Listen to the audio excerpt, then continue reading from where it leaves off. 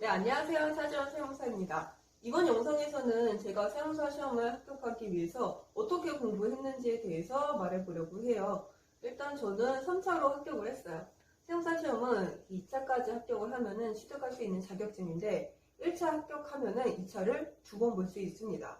가장 첫 번째로 보는 2차 시험을 동차, 두 번째로 보는 2차 시험이 유예, 그리고 유예까지 떨어지고 다시 1차를 합격해서 보는 세 번째 2차 시험을 3차라고 해요. 저 같은 경우에는 그 1차는 떨어진 적이 없는데 2차에서 계속 떨어지다 보니까 3차까지 간 케이스인 거죠. 그만큼 1차 시험과 2차 시험은 난이도, 공부량에 있어서 큰 차이가 있어요. 1차는 객관식이고 절대평가인 반면에 2차 시험은 주관식이고 그리고 일정 인원으로 자르는 상대평가이죠. 그래서 저는 1차 시험은 단순히 2차 시험을 보기 위한 티켓 정도라고 생각을 해요. 1차 시험은 어느 정도 공부 시간을 확보하고 성실하게 엉덩이를 붙이면 합격할 수 있다는 거죠. 대신에 본게임은 2차 시험인 거죠. 세무사 시험은 2차까지 합격해야지 부여되는 자격증이에요. 1차를 합격했다고 해서 어떤 증명서를 쥐어지는 건 아니죠. 그래서 합격하는 소수를 제외하고는 대부분의 불합격자 분들은 지금까지 배운 세무회계로 관련 직종으로 취업을 한다거나 학생의 경우에는 대학교로 돌아갑니다. 그래서 저도 맨 처음에 시작을 했을 때 유예에 합격을 하자고 이렇게 마음을 먹고 공부를 시작을 했어요. 근데 이때까지만 하더라도 유예로 합격할 수 있을 거라고 그냥 막연히 생각을 하고 했었는데 유예 때 떨어졌을 때 그 충격은 진짜 어마어마하더라고요. 근데 그때도 포기해야겠다는 생각은 안 들었어요. 그래서 일주일 쉬었나? 그리고 다시 1차 시험부터 다시 봐야 하니까 그 1차와 2차 공부를 병행하기 시작을 합니다. 그리고 그때부터였나? 제 공부법에 대해서 의문을 가지기 시작하고 3차로 합격하기 위해서는 어떻게 공부해야 하나 나의 공부법에 대해서 많이 되돌아보기 시작을 해요.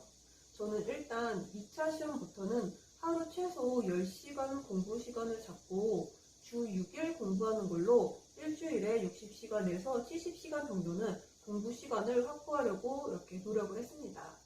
제 생각으로는 그게 충분하다고 느꼈었던 거죠.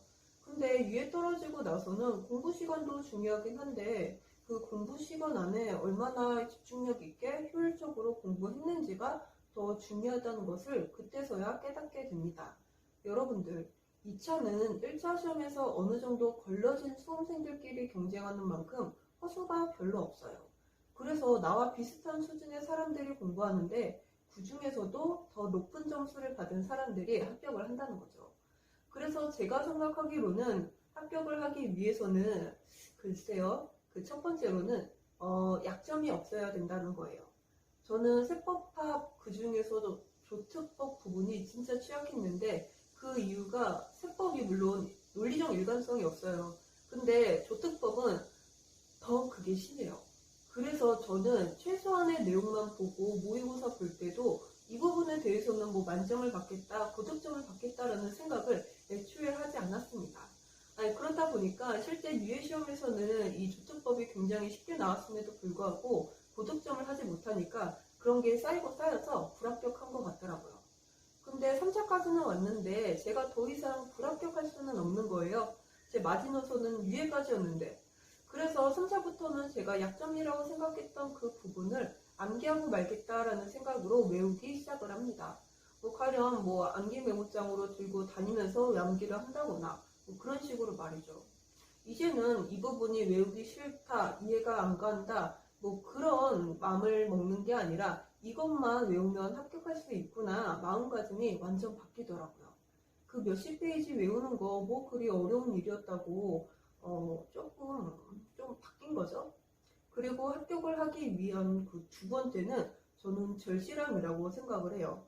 저 같은 경우에는 유예까지 2년이라는 기간 동안 공부한 것보다 그 3차 시험 1차 보고 바로 2차 시험 본 그 1년의 기간이 더 공부를 집중력 있게 했었던 것 같아요.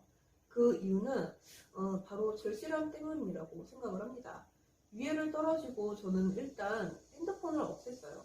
가뜩이나 스마트폰 보면서 뉴스 키 챙겨봐야지, 아니면 웹툰 올라오는 거 챙겨봐야지, 카톡 프로필 사진 전에 누가 업로드 했는지 또 봐야지. 핸드폰에 뺏기는 시간이 꽤 많았더라고요. 그래서 퇴지로 바꾸는 것도 아니라 그냥 없애버렸습니다. 근데 솔직히 핸드폰 여부가 합격 여부를 가린다고는 생각하지 않아요. 그래도 새로운 마음으로 시작한다는 의미에서 없앤 거라서 저 개인적인 주관적인 생각으로는 도움이 되었다고 생각을 해요. 그 외에도 공부에 대한 집념이 생겼었던 게 달라진 점 중 하나예요. 위에까지만 하더라도 저 공부하는 거 진짜 싫어했거든요. 일단 오후 10시가 되면은 오늘 목표했었던 진도가 남아있다 할지라도 책을 그냥 덮었어요.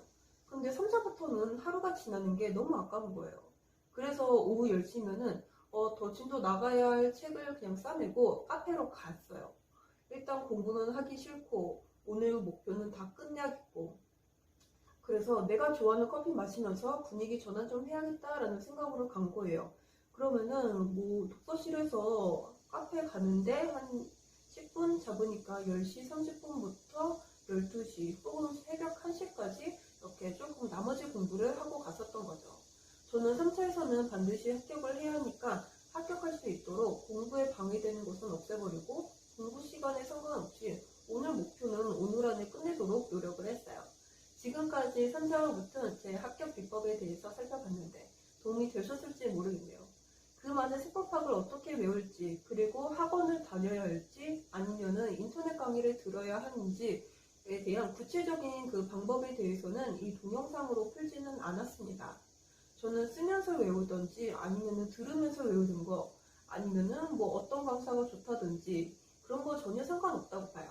본인의 상황, 방식에 맞으면은 그게 정답이라고 생각을 합니다. 다만 저를 포함한 합격자들 수기를 보면은 공통점이 있다는 거예요. 그것은 바로 약점을 없애고 절실함을 가지고 공부를 한다는 내용이었습니다. 네, 다음에서도 유용한 정보로 찾아뵐게요. 감사합니다.